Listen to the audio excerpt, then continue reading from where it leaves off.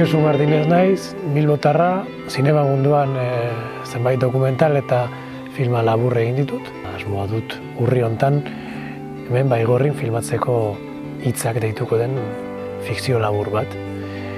Aurretik egin ditudan fikzio labur batzuen kontinuazioa ere izango dena. Baigorriko egia Baxe Nafarroan kokatua da, Baztango baleatik hurbil gira, aski da izpegiko lepoa pasatzea eta baztanen gaude. 1500 bat biztanle kondatzen ditu egia. Hemengo jendea gehiago nekezaritzaz bizi da eta mastigintzaz, ardi eta behi hazkuntzaz.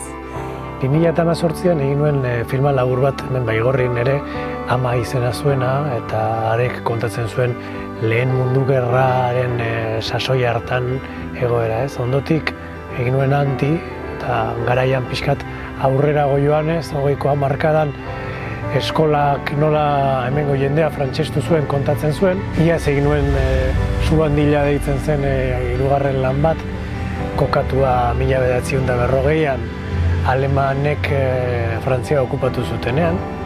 Eta aurten egingo dudana hitzak deitzen da eta 60ko hamarkadan kokatua aurrekoen segida izango da eta euskararen galtze prozesuaz bide gurutze batean aurkitzen den gazteria batez, bide gurutzea den garaia delako ere 60ko hamarkada, ez? Orduan belaunaldien arteko talkaz eta halako gaiez hitz egingo du.